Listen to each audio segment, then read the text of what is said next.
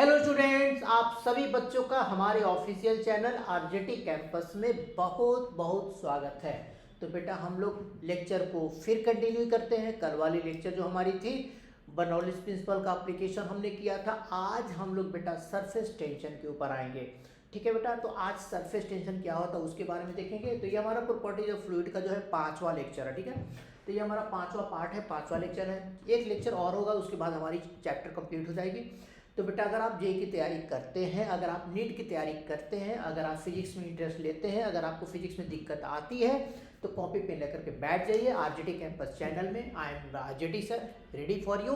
ठीक है, तो आप कॉपी पेन लेकर के बैठ जाइए और टॉपिक को फिर अच्छे से पढ़िए। ठीक है, कॉपी पेन लेकर बैठ जाइए। चलो बेटा, आज का जो हमारा टॉपिक है सरफेस टेंशन है। छोटा टॉपिक है, ज़्यादा बड़ा नहीं है। ठीक है ना, बहुत ज़्यादा मैं टाइम आपका नहीं लूँगा। वो सारे कॉन्सेप्ट बता दूंगा जो जेई के लिए नीट वगैरह में क्वेश्चंस आते हैं, और जो क्वेश्चंस आपके आते हैं, जो क्वेश्चंस बनाने के लिए जो कॉन्सेप्ट चाहिए होता है, वो सारे कॉन्सेप्ट आपको मैं बता दूंगा। ठीक है, चलो स्टार्ट करें। हाँ बिल्कुल, चलो ठीक है बेटा। चलो आज की टॉपिक सरफेस टेंशन क्या होता है उसको देखना है। सरफेस एनर्जी क्या होती है, एंगल ऑफ कांटेक्ट क्या है, excess pressure, inside bubble and drop क्या होता है, and capillary drop and rise क्या होता है। उसके बाद हमारा ये टॉपिक कंप्लीट हो जाएगा। ठीक है, चलो स्टार्ट करते हैं। सरफेस टेंशन क्या होता है बेटा, देखिए होता क्या है ना, लिक्विड जो होती है ना, मॉलिक्यूल्स लिक्विड के अंदर में होता है। लिक्विड के अंदर मॉलिक्यूल्स होता है। तो लिक्विड कहीं रखा हुआ है ना, किसी कंटेनर में रखा हुआ है ना, तो लिक्विड जब कंटेनर में रखा हुआ है तो उसमें देखा यह जाता है कि लिक्विड के अंदर की जो कोई मॉलिक्यूल होती है और लिक्विड के जो सरफेस होता है, जो सबसे ऊपर का जो सरफेस होता है, उस पर का जो मॉलिक्यूल होता है, उन दोनों मॉलिक्यूल के ऊपर डिफरेंट फोर्सेस लगते हैं। जब कोई भी एक बॉडी दूसरे body different kind of different nature of liquid या different nature of body, different nature of molecules आपस में कांटेक्ट में आते हैं, तो इनके बीच में एक फोर्स लगता है जिसको हम लोग सरफेस टेंशन बोलते हैं। अब देखिए क्या हमने लिखा है surface tension, molecule inside the liquid acted by equal forces.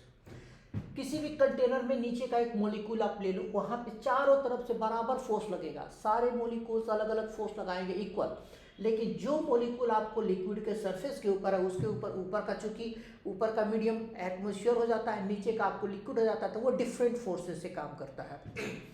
तो कहा गया है सरफेस टेंशन का डिफिनेशन क्या होता है कि molecules inside the liquid acted by equal forces from all direction, but molecules at the surface do not acted by equal forces due to different molecule above।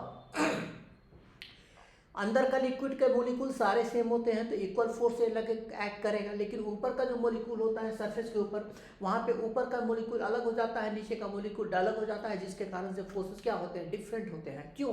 क्योंकि डिफरेंट मॉलिक्यूल्स वहां पे होते हैं। इसी रीजन के कारण this asymmetric distribution of force is responsible for surface tension. ये आपको याद रखना है, ठीक है ना। तो ये यही रीजन होता है सरफेस टेंशन का। अब बात आती है कि सरफेस टेंशन का फॉर्मूला क्या होगा, तो उसको देखते हैं। ठीक है, आप किसी भी एक सरफेस लिक्विड को ना बेटा, आप किसी भी एक लिक्विड का एक सरफेस एज्यूम करो। ग्लास में पानी भर लो, पानी का ऊपर का एक सरफेस होगा, आप एज्यूम करो, आपको ऐसा लगेगा ना कि पानी का जो ऊपर का सरफेस है ना, सब एक दूसरे को स्ट्रेच कर रहा है। सरफेस टेंशन के कारण से होता है बेटा। होता क्या है कि एक्चुअली सरफेस टेंशन एक फोर्स है, लेकिन हम लोग नॉर्मल लाइफ में उसको निगलेक्ट कर देते हैं। क्यों? क्योंकि इसकी मैग्नीट्यूड बहुत ही छोटी होती है, लेकिन माइक्रोस्कोपिक लेवल पर हम इस फोर्स को निगलेक्ट नहीं करते हैं। ठीक है ना, जहाँ पे इंजेक्शन सुई देते हैं, मेरे पेशेंट को इंजेक्शन देते हैं, वहाँ पे सरफेस टेंशन की काफ़ी ज़्यादा इंपॉर्टेंस होती है। ठीक है ना, पेन से आप लिखते हैं, वहाँ पे सरफेस टेंशन वगैरह के कारण से ही पेन से इंक निकलता है। लिखना बंद कर देते इंक नहीं गिरेगा, लेकिन आप लिखेंगे तो इंक निकलता है, सरफेस टेंशन के कारण से होता है। तो कुछ कुछ जगह पे हम लोग सरफेस टेंशन को कंसीडर करते हैं, कुछ कुछ जगह पे सरफेस टेंशन को कंसीडर नहीं करते हैं। ठीक है, एक लिक्विड का सरफेस आप एज्यूम कर लो, आप उस सरफेस में एक लेंथ एज्यूम करो, उस लेंथ को आपको लगे कि एक तरफ फोर्स लग रहा है, दूसरी तरफ फोर्स लग रहा है। यही जो फोर्स लगता है फॉर्मूला फोर्स बोलेंगे कि फॉर्मूला ऑफ सरफेस टेंशन क्या होगा, तो बोलेंगे सरफेस टेंशन बराबर फोर्स पर यूनिट लेंथ। ठीक है, S बराबर F बाई एल। S बराबर क्या है, F बाई एल। ठीक है ना, तो कहेंगे कि S बराबर F बाई एल। ठीक है, S बराबर F बाई एल। अब बात आती है कि फोर्स पर यूनिट लेंथ जो आपको लगता है उसी क्वांटिटी उसी मेजरमेंट को हम क्या कहते हैं, उसी मेजरमेंट को हम सरफेस टेंशन बोलते हैं। फोर्स पर यूनिट लेंथ को सरफेस टेंशन हम बोलते हैं, ठीक है ना। एसआई यूनिट आपका क्या कहलाता है, बोलेंगे SI unit of surface tension क्या है, तो बोलेंगे एसआई यूनिट ऑफ सरफेस। देखो एस क्या है, सरफेस टेंशन है बेटा। आप यहाँ पे कहेंगे कि एस जो है, मैं यहाँ पे लिख देता हूँ, ठीक है ना। एस जो है सरफेस टेंशन है, ठीक है, आपको ध्यान रखना है। ऐसा आपका सरफेस टेंशन है। फोर्स पर यूनिट लेंथ जो आपको लिक्विड का एक लगेगा उसको हम क्या कहते हैं, सरफेस टेंशन कहते हैं। ऐसा यूनिट क्या होता है, ऐसा यूनिट आपका फोर्स ऊपर में तो कहेंगे कि न्यूटन, नीचे में लेंथ तो आप कहेंगे कि 1 मिनट, ठीक है, न्यूटन पर मीटर आपका होता है। आपको याद रखना है, ठीक है ना। This is the formula of surface tension, force per unit length, ठीक है, ये आपको ध्यान रखना है। अब आप जरा ये एक क्वेश्चन करते हैं। सर्कुलर लाइट वायर, एक क्वेश्चन है बेटा, न्यूमेरिकल है, छोटा सा है। A circular light wire of radius is capital R is floating on the surface of a liquid of surface tension S. The force required to just pull the frame outside the liquid. देखो बेटा, एक liquid के अंदर में एक frame है, ठीक है, एक सर्कुलर फ्रेम है रखा हुआ है। अगर बहुत ही लाइट है, रखा हुआ है, सरफेस के ऊपर फ्लोट कर रहा है, तो सरफेस के ऊपर फ्लोट कर आप चाहते हैं उसको पुल करना, तो कितना फोर्स रिक्वायर्ड है, तो बोलेंगे जब आप उसको पुल करेंगे, जब आप उसको पुल करेंगे तो लिक्विड उसको खींचेगा, तो कौन फोर्स के कारण से, बोलेंगे सरफेस टेंशन के कारण से। बेटा आप एक चीज़ ध्यान रखिए, जो रिंग होता है, एक नॉर्मली मैं आपको एग्जांपल देता हूँ। आप एक रिंग लो, ठीक है, उस रिंग को क्या करो, आपके घर में बाल्टी होगा, बकेट होगा, उसमें झाग सर्फ वगैरह डाल दो, पानी डाल दो, उसको झाग कर दो, रिंग को उसमें डाल करके डीप करके बाहर निकालो। आपको पता क्या होगा बेटा, रिंग के जो रिंग का जो पार्ट होगा उसके दोनों सरफेस पर, जो ये मान लो कि एक रिंग है, ये रिंग है, तो रिंग का एक इधर का सरफेस, एक इधर की सरफेस, दोनों सरफेस पर बेटा, रिंग के दोनों की सरफेस, दोनों सरफेस पर आपको क्या होगा, एक लेयर जमा हो जाएगा, एक फिल्म जमा हो जाता है सरफेस का, लिक्विड के सरफेस का, ठीक है ना, और वो सरफेस टेंशन के कारण से होता है। तो अब आप कहेंगे बेटा कि अगर हम रिंग को पुल करना चाहते हैं, मान लीजिए कि इस रिंग को हम पुल करना चाहते हैं, तो इस रिंग के 2 लेयर होंगे, ठीक है। एक्चुअली बेटा क्या होगा, इस रिंग के 2 लेयर होंगे, ठीक है,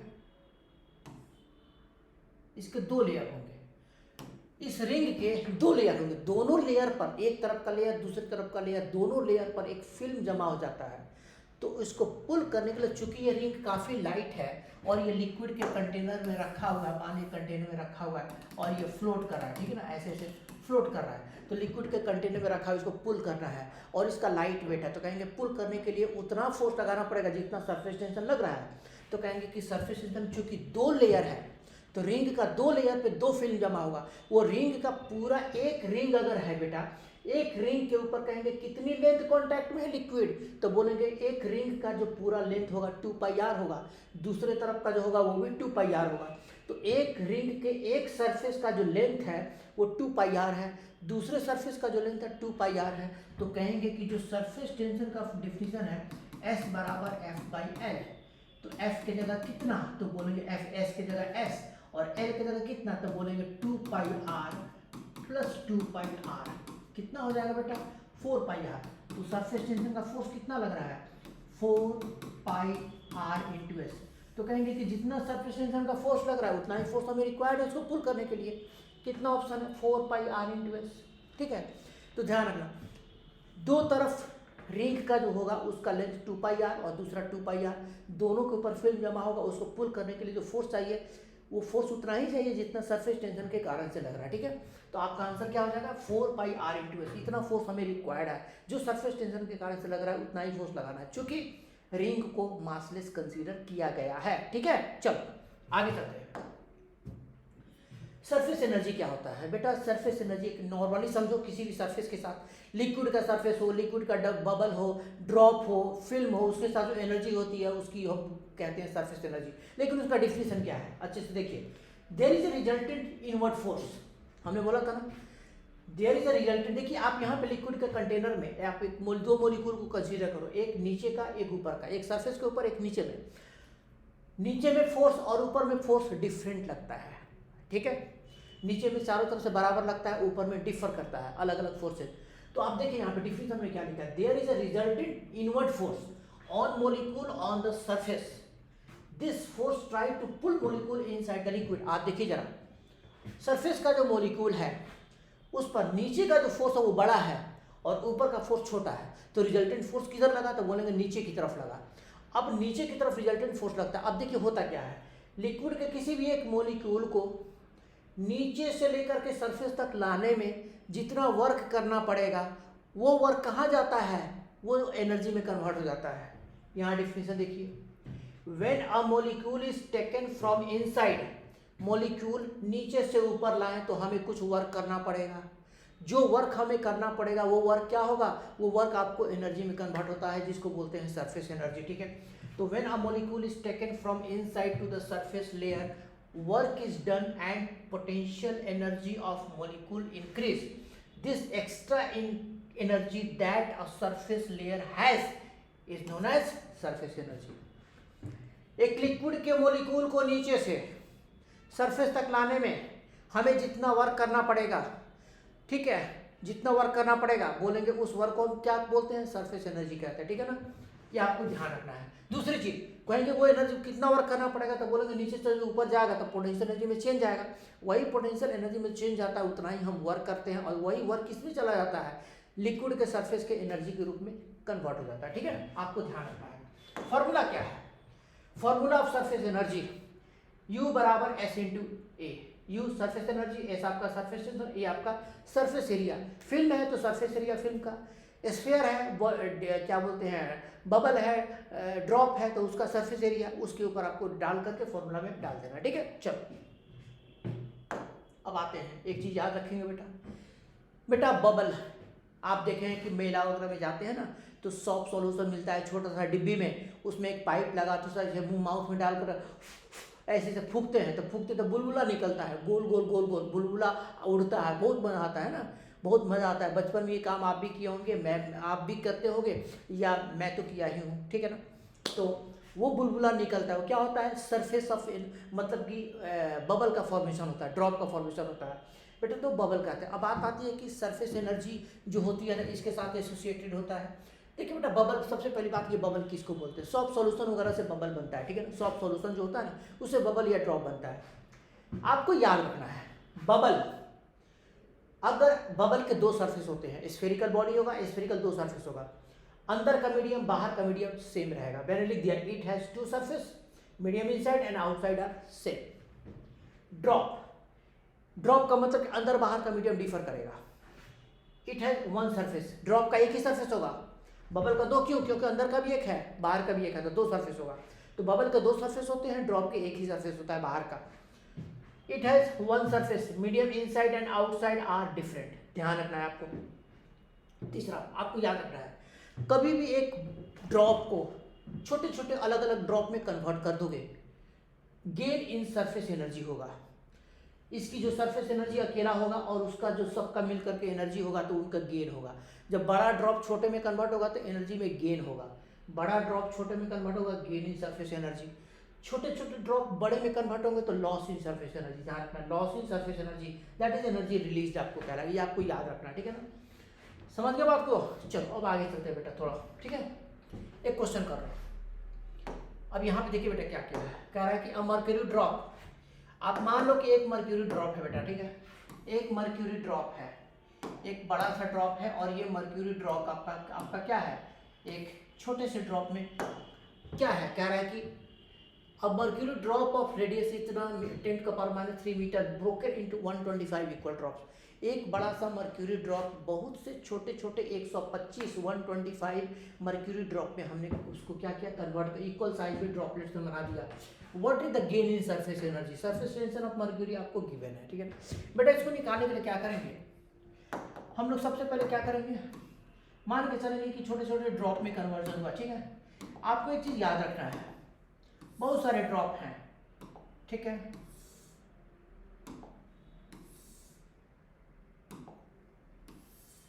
ठीक है, बहुत सारे ड्रॉप में कन्वर्जन हुआ। ठीक है, तो आप कहेंगे इसका जो कन्वर्जन होगा, ठीक है, आप कहेंगे कि इसका जो कन्वर्जन होगा बेटा एक बड़े ड्रॉप का छोटे में, तो आप ये मान के चलो कि बड़े वाले का कुछ ना कुछ रेडियस होगा, इसका रेडियस r मान लो और इसका n नंबर ऑफ ड्रॉप मान लो और इसका रेडियस स्मॉल r मान लो।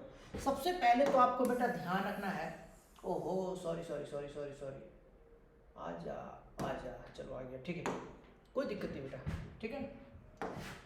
सबसे पहले तो बेटा आपको ध्यान रखना है, रुक जाओ बेटा, हाँ मैंने एक मिनट बेटा रुक जाइए, ठीक है ना, मैं थोड़ा सा इसको साइड करता हूँ ऊपर, अब हाँ ठीक है, अब सही है, अब ठीक है। सबसे पहले तो बेटा आपको ध्यान रखना है कि एक जो बड़ा सा ड्रॉप है, एक बड़ा ड्रॉप n नंबर ऑफ छोटे छोटे ड्रॉप में कन्वर्ट होगा, वॉल्यूम सेम रहेगा। आपको क्या करना है ना, इस तरह का कोई भी होता है ना, छोटे छोटे ड्रॉप बड़े में कन्वर्ट हुए, बड़े बड़े ड्रॉप छोटे में कन्वर्ट हुए, आपको याद रखना है कि उनकी रेडियस की रिलेशन क्या होगी। मान लो एक बड़ा ड्रॉप r रेडियस का n number of small radius में कन्वर्ट हुआ, n number of drop small radius r में कन्वर्ट हुआ, आप कहेंगे वॉल्यूम क्या होगा, इक्वल रहेगा बड़े वाले का 4/3 पाई r क्यूब, छोटे वाले का टोटल नंबर ऑफ n है, टोटल नंबर इसका n है 4/3 पाई r क्यूब, ठीक है बेटा, ये आपको ध्यान रखना है। 4/3 पाई कट गया, आपको यहाँ से एक रिलेशन आ जाएगा, r बराबर n का पावर 1/3 इंटू स्मॉलर। आप बेटा इस रिलेशन को याद रखिएगा। अब जरा आ जाइए क्वेश्चन के ऊपर, छोटे छोटे ड्रॉप में कन्वर्ट हुआ, आपको कितना वर्क करना पड़ेगा, कितना एनर्जी रिलीज बोलेंगे, फॉर्मूला होगा S बराबर U/A होता है। आप यहाँ पे बोलेंगे U को किससे रिप्लेस करोगे, एनर्जी से, U को किससे रिप्लेस करोगे, एनर्जी से, U बराबर S इंटू ए। बेटा पता है यहाँ पे S क्या होगा, UA क्या होगा, A एक्चुअली एरिया में जो चेंज आएगा उसको लिखेंगे। जब ड्रॉपलेट्स कन्वर्जन होता है बड़े से छोटे में, छोटे से बड़े में, तो A को हम delta S change in area से रिप्लेस करते हैं, तो आप इसको क्या करेंगे, चेंज इन एरिया से रिप्लेस कर देंगे, ठीक है ना। अब इसके बाद आपके पास फॉर्मूला आएगा U बराबर, देखिए S के जगह आप S डाल देंगे, एरिया में चेंज, तो बोलेंगे A2 माइनस A1 कर दो, A2 माइनस A1 कर दो, A2 बोलोगे क्या होगा, तो बोलोगे A2 एक्चुअली देखो यहाँ पे क्या होगा, A2 क्या होगा, A2 बोलोगे कि बाद वाले का surface area, n number of drops हैं उनकी surface area 4 pi small r square minus बड़े वाले का 4 पाई r स्क्वायर सरफेस एरिया, ये आपका हो जाएगा, ठीक है। अब आप यहाँ पे कहेंगे बेटा कि n के जगह n, s के जगह s करेंगे और 4 पाई, ठीक है, एक मिनट बेटा, ठीक है, कोई बात नहीं, यहाँ पे कर दिया 4 pi n into r square minus capital R square, इतना हो जाएगा बेटा। चलो अब यहाँ पे s के जगह s, 4 पाई के जगह 4 पाई कर देते हैं। अब देखिए बेटा आपने यहाँ पे क्या निकाला, कैपिटल R की जगह n का पावर 1/3 इंटू स्मॉल r निकाला है। आपको दिया क्या हुआ, बोलेंगे बड़े वाले का रेडियस दिया हुआ है, बड़े वाले का रेडियस दिया है, तो आप छोटे वाले की वैल्यू, छोटे वाले की रेडियस कितनी होगी, स्मॉल r की वैल्यू आप क्या लिखेंगे, r का power r divided by n का पावर 1/3। तो आप यहाँ पे 4 पाई रखो, ठीक है, n के जगह n रखो, स्मॉल r के जगह क्या रखोगे, कैपिटल R, ठीक है, कैपिटल R डिवाइडेड बाई, ठीक है ना, n की पावर कितना, स्मॉल r के जगह r का r डिवाइडेड बाई n का पावर 1/3, n का पावर 1/3 पूरे का पावर 2। स्मॉल r के जगह हमने किया, स्मॉल r के जगह बेटा यहाँ से वैल्यू पुट, स्मॉल r के जगह कैपिटल R बाई n का पावर 1/3 डाल दिया, कैपिटल R बाई n का पावर 1/3 का होल स्क्वायर और माइनस कैपिटल R स्क्वायर, ठीक है बेटा, ये हमने यहाँ पे वैल्यू पुट की है, n कर दो बेटा, ठीक है, 4 पाई इंटू n, और यहाँ पे ये रहेगा, यहाँ पे ये रहेगा, ठीक है बेटा। अब कैपिटल R की वैल्यू पुट कर देंगे, सॉरी बेटा यहाँ पे जगह नहीं है, कोई बात नहीं, अब आप इसको सॉल्यूशन को देख लीजिए कैसे हमने बनाया है। S की वैल्यू गिवन है, पुट कर देना है, मर्क्यूरी का 0.45 न्यूटन पर मीटर है, n कितना है 125 जो आपको दिया, यहाँ पे n कितना है 125 डाल देंगे, r की जगह कितना डालेंगे 10 का पावर -3, आराम से इसको सॉल्व करेंगे आपका आंसर आ जाएगा, ठीक है ना, आपको ध्यान रखना। चलो ठीक है, चलो अब आगे चलते हैं बेटा, angle of contact. Surface tension में एंगल ऑफ कॉन्टैक्ट क्या होता है बेटा, एंगल ऑफ कॉन्टैक्ट होता क्या है, लिक्विड और सॉलिड जब आपस में कांटेक्ट में होते हैं, लिक्विड और सॉलिड जब आपस में कांटेक्ट में होते हैं तो लिक्विड के सरफेस पर टैंजेंट प्लॉट करो, सॉलिड के सरफेस पर टैंजेंट प्लॉट करो, दोनों टैंजेंट के बीच का जो एंगल होता है उसको एंगल ऑफ कॉन्टैक्ट कहते हैं, ठीक है ना। It is angle between two tangents drawn at the surface of solid and liquid at the point of contact, at the point of contact. अब आपको ध्यान रखना है, अब आपको ध्यान रखना है कि टैंजेंट प्लॉट कैसे करना है बेटा। वाटर ड्रॉप, येलो वाला वाटर ड्रॉप जो होता है ना स्फेरिकल सरफेस में होता है, स्फेरिकल शेप ले लेता है, कोई वाटर का ड्रॉप होगा सरफेस के ऊपर रखोगे ना वो स्फेरिकल शेप ले लेगा। वाटर ड्रॉप यहाँ पे रखा हुआ है, तो आप वाटर के सरफेस पर यहाँ पे लिक्विड कांटेक्ट में है, आप वाटर ड्रॉप के ऊपर टेंजेंट प्लॉट कर दीजिए, ऐसे प्लॉट कर दीजिएगा। लिक्विड के ऊपर टेंजेंट आपने इसे प्लॉट, सॉलिड के ऊपर जब टेंजेंट प्लॉट करेंगे तो बेटा आपको ध्यान रखना है कि जब हम टेंजेंट प्लॉट करते हैं सॉलिड के ऊपर तो उसकी डायरेक्शन लिक्विड के अंदर में होनी चाहिए। सॉलिड पर टेंजेंट लिक्विड के अंदर में होनी चाहिए। यहाँ पर टेंजेंट सॉलिड लिक्विड पर प्लॉट कर दिया टीएल, टेंजेंट ऑन लिक्विड, यहाँ पे प्लॉट करेंगे अंदर की तरफ होगा टीएस, टेंजेंट ऑन सॉलिड। इन दोनों के बीच का एंगल थीटा, इसको क्या बोलेंगे, एंगल ऑफ कांटेक्ट। ठीक है बेटा, ध्यान रखना है। अगर वाटर को आप किसी कंटेनर में डाल दीजिएगा तो बेटा अपर सरफेस होता है थोड़ा सा नीचे की तरफ झुका होता है, तो पॉइंट ऑफ कांटेक्ट पे आ जाओ, वाटर पे टेंजेंट प्लॉट करो, आपको टीएल होगा। लिक्विड पे प्लॉट करोगे अंदर की तरफ प्लॉट, सॉरी सॉलिड पे प्लॉट करोगे अंदर की तरफ, सॉलिड पे प्लॉट करना है अंदर की तरफ, दोनों के बीच में angle theta, angle of contact. अगर मर्क्यूरी को डाल देते हो तो मर्क्यूरी को डालोगे तो कैसा होगा, कॉन्वेक्स शेप ले लेगा मर्क्यूरी कंटेनर में। पॉइंट ऑफ कांटेक्ट यहाँ पे सॉलिड और मर्क्यूरी का है, वहां पे टेंजेंट प्लॉट करोगे मर्क्यूरी के सरफेस पर तो ऊपर जाएगा, और लिक्विड सॉलिड पे करोगे तो नीचे की तरफ जाएगा, अंदर। एक्चुअली सॉलिड पर जो टेंजेंट प्लॉट करना है पॉइंट ऑफ कांटेक्ट पे, वो लिक्विड के अंदर प्लॉट करना है। अब ये थीटा जो है बेटा आपको 90 डिग्री से क्या है, बड़ा है, ये थीटा 90 डिग्री से क्या है, छोटा है। बेटा याद रखना है आपको, ठीक है बेटा, आपको याद रखना है कि जब भी एंगल ऑफ कांटेक्ट 90 डिग्री से छोटा होता है तो वैसे लिक्विड कपड़े को गीला करेंगे, वेट करेंगे, और वैसे एंगल ऑफ कांटेक्ट अगर 90 डिग्री से बड़ा है तो वो कपड़े को गीला या वेट नहीं कर पाएगा, आपको ध्यान रखना है।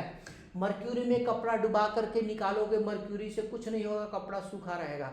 पानी में गीला डुबा करके निकालोगे वो गीला कर देगा, तो ध्यान आपको रखना है एंगल ऑफ कांटेक्ट, ठीक है ना। तो एंगल ऑफ कांटेक्ट बताता है कि कपड़े को आप गीला लिक्विड कर सकता है या नहीं कर सकता। 90 डिग्री से कम एंगल तो वो कपड़े को गीला करेगा, 90 डिग्री से बड़ा एंगल तो वो कपड़े को गीला नहीं करेगा, ठीक है ना, आपको ध्यान रखना है। चलो next, excess pressure of a bubble and drop. Bubble जो बनता है बेटा, आपको पहले बताया, इसके पहले बहुत बता दिया है, ड्रॉप भी बता दिया। बबल जो बनता है ना, उसके जस्ट इनसाइड और जस्ट आउटसाइड एक प्रेशर का डिफरेंस होता है, उसी प्रेशर का डिफरेंस को हम लोग एक्सेस प्रेशर बोलते हैं। यही वाली क्वांटिटी क्या कहलाती है, एक्सेस प्रेशर, एक्सेस प्रेशर, ठीक है। ओके, पॉइंट 1, ठीक है, point 1 bubble, point 1 just inside, point 2 just outside, तो P1 माइनस P2 बराबर 4h/r। Excess pressure, excess pressure क्या है, excess pressure P1 minus P2 बराबर 4h/r। तो पॉइंट 1 एंड पॉइंट 2, पॉइंट 1 क्या है, जस्ट अंदर में है, पॉइंट 2 क्या है, जस्ट बाहर में है।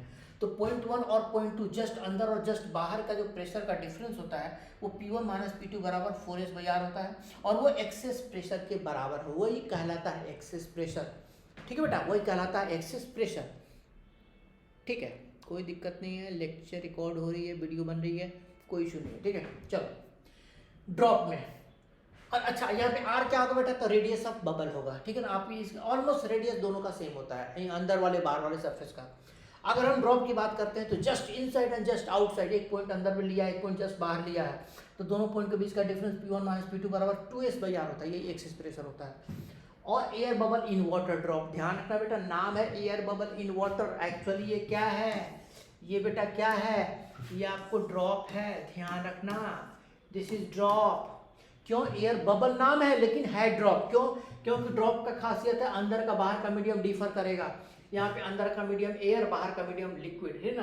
एयर बबल जो होता है अंदर में एयर का बबल फॉर्म करता है, तो अंदर वाला एयर होता है, बाहर का लिक्विड होता है, तो मीडियम डिफर कर गया तो ये ड्रॉप कहलाएगा। तो आप यहाँ पे कहेंगे कि एक्सेस प्रेशर कितना होगा, एक्सेस प्रेशर कितना होगा, बोलेंगे 2h/r, फॉर्मूला क्या होगा 2h/r, ठीक है ना, ये आपको ध्यान रखना है, ठीक है, आपको याद रखना है। चलो आगे चलते हैं बेटा, एक क्वेश्चन कर लो, जेईई 2020 का डरना मना है। क्या कह रहा है क्वेश्चन, ध्यान से पढ़ो। Pressure inside 2 soft bubble, 2 soft bubble के अंदर का जो प्रेशर है, ध्यान रखना, प्रेशर इनसाइड, प्रेशर इनसाइड, ठीक है ना, 2 soft bubble are 1.01 and 1.02 atm है, अंदर का जो प्रेशर है अंदर का जो प्रेशर है वो 1.01 एंड 1.02 ATM है, ठीक है। तो अब आप जरा बेटा देखिए यहाँ पे एक चीज, सबसे पहले आप देखिए, मैं यहाँ पे एक ड्रॉप बनाता हूँ, ठीक है। उसके बाद ठीक है बेटा, ये आपका ड्रॉप बन गया, सॉरी बबल बन गया, सॉरी, ये बबल बन गया, ठीक है। प्रेशर इनसाइड टू 100 बबल, एक 100 बबल ये हुआ और एक 100 बबल हम ये लेते हैं, ठीक है बेटा। चलो एक 100 बबल ये लेते हैं, एक 100 बबल ये लेते हैं, चलो यहाँ पे लेते हैं। अब जरा देखिए बेटा, 2 पॉइंट लीजिए, 0.1 0.2 0.1 0.2, जस्ट अंदर जस्ट बाहर, जस्ट अंदर जस्ट बाहर। अब यहाँ पे कह रहा है कि P1 माइनस P2 बराबर 4s/r होता है, ये ले लो R1। यहाँ पे P1 माइनस P2 बराबर 4s/r2 ले लो, ठीक है। क्वेश्चन कह रहा है कि दोनों प्रेशर इनसाइड टू 100 बबल, अंदर का प्रेशर, एक में 1.01 ATM है, दूसरे में 1.02 ATM है, तो बाहर में कितना होगा, 1 ATM होता है। आप इसको क्या लिखेंगे, आप लिखेंगे this imply that for first, आप इसको देखिए, ध्यान से देखिए बेटा, फॉर फर्स्ट बबल, ठीक है, बबल अंदर का pressure 1.01 minus 1 is equal to 4s/r1, equation 1। पहले वाले 100 बबल के लिए, दूसरे वाले के लिए 1 पॉइंट, अंदर का प्रेशर 1.02, बाहर का 1 ATM, that is equal to 4s/r2, equation number 2। बेटा पहले वाले से क्या आएगा, ठीक है, हालांकि बेटा हाँ ठीक है, कोई दिक्कत नहीं है।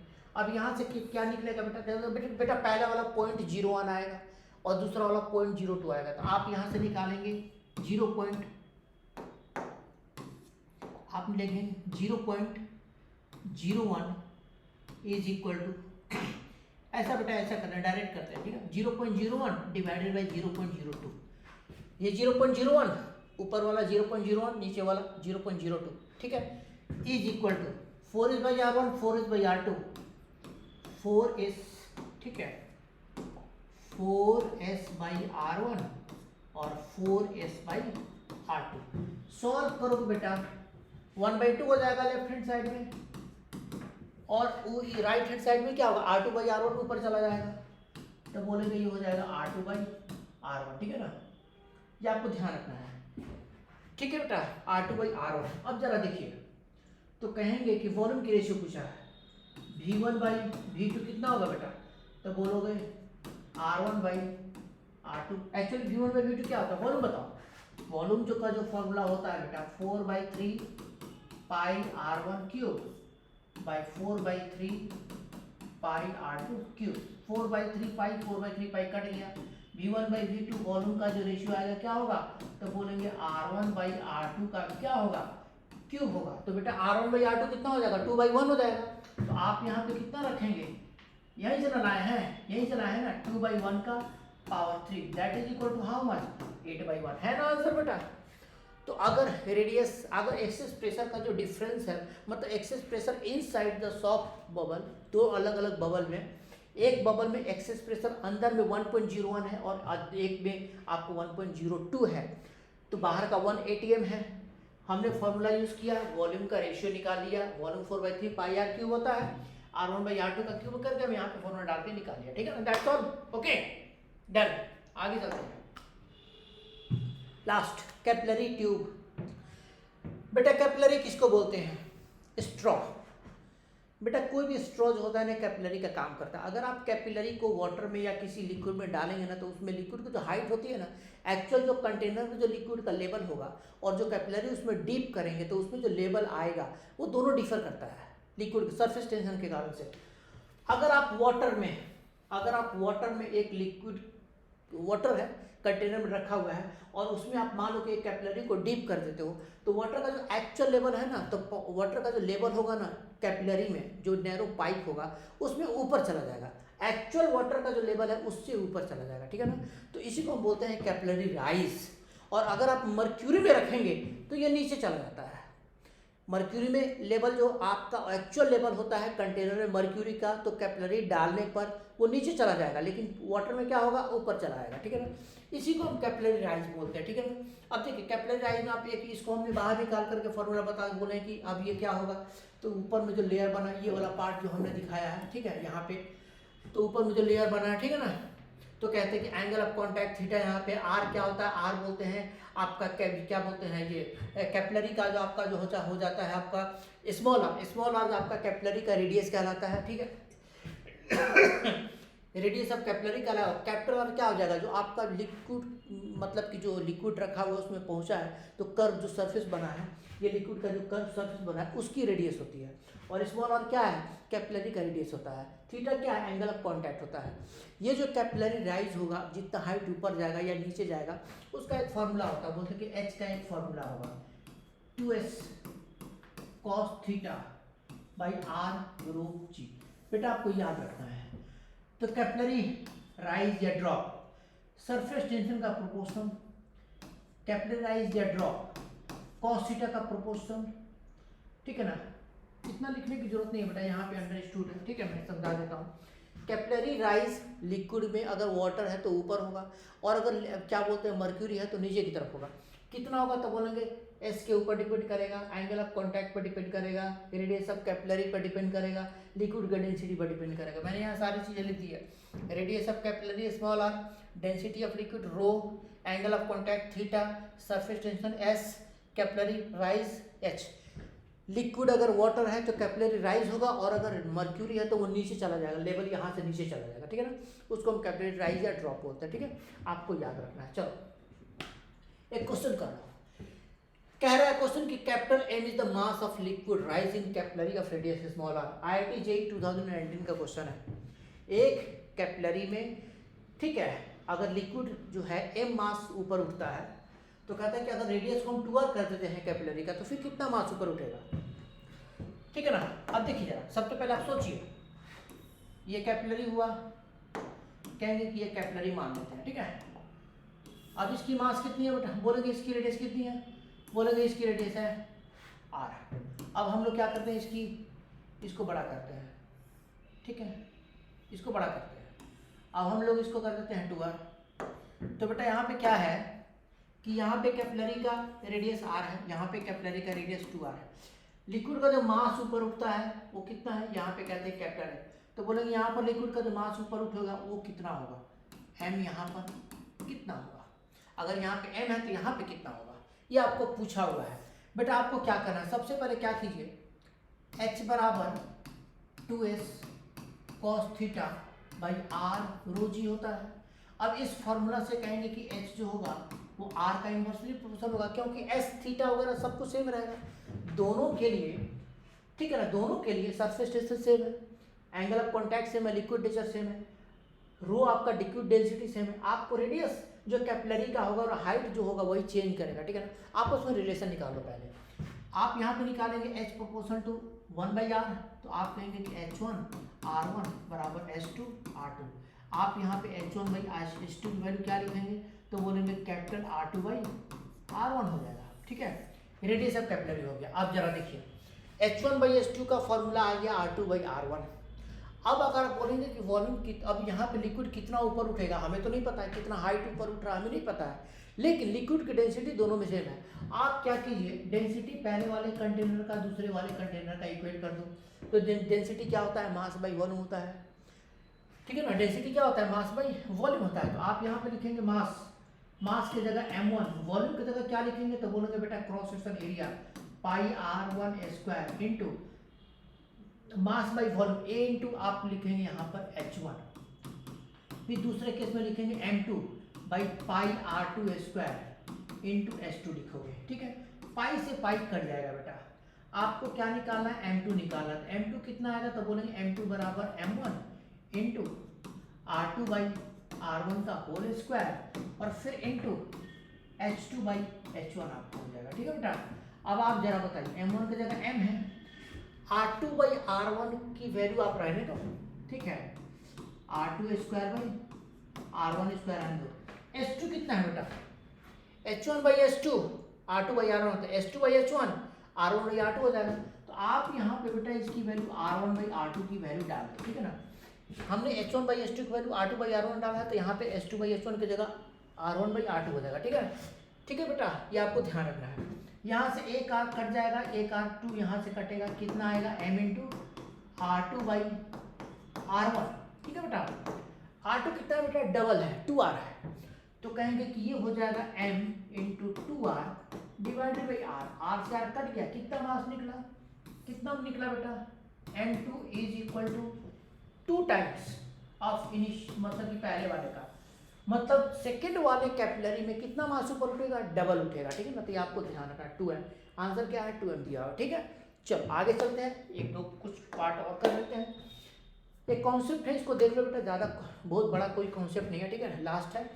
When a bubble come in contact, कोई भी बबल जब कांटेक्ट में आता है, आईआईटी वगैरह में क्वेश्चन इसके ऊपर आते हैं। ठीक है ना, बबल कांटेक्ट में आते हैं, एक केस आपको ध्यान रखना, when two soft bubble collapse, आपस में मिल जाएगा in vacuum under isothermal condition.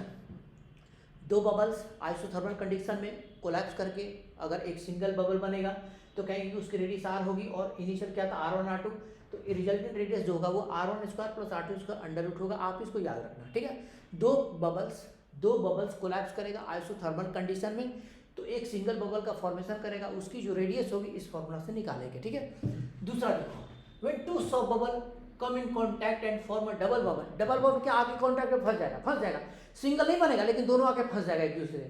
तो जहां पे फंसेगा वहां पे एक रेडियस बनेगा, R1 और R2 होगा, एक का रेडियस, R2 दूसरे का रेडियस, एक आर्क बन जाएगा इस तरह। ये जो आर्क का जो R रेडियस है वो कैसे निकालेंगे, 1/R बराबर 1/R2 माइनस 1/R1। मान के चला है कि R1 R2 से क्या है, बड़ा है। तो ये दोनों फॉर्मूला आप याद रखना, बेसिक नॉलेज है। ठीक है, थैंक यू सो मच। ये हमारा कॉन्टैक्ट, ये हमारा टॉपिक कंप्लीट हो गया बेटा, सरफेस टेंशन। अब हमारा विस्कोसिटी है, लास्ट टॉपिक है छोटा, उसको हम लोग कल करेंगे। ठीक है, उसके बाद हमारा चैप्टर खत्म हो जाएगा। ठीक है, thank you so much for watching my lecture.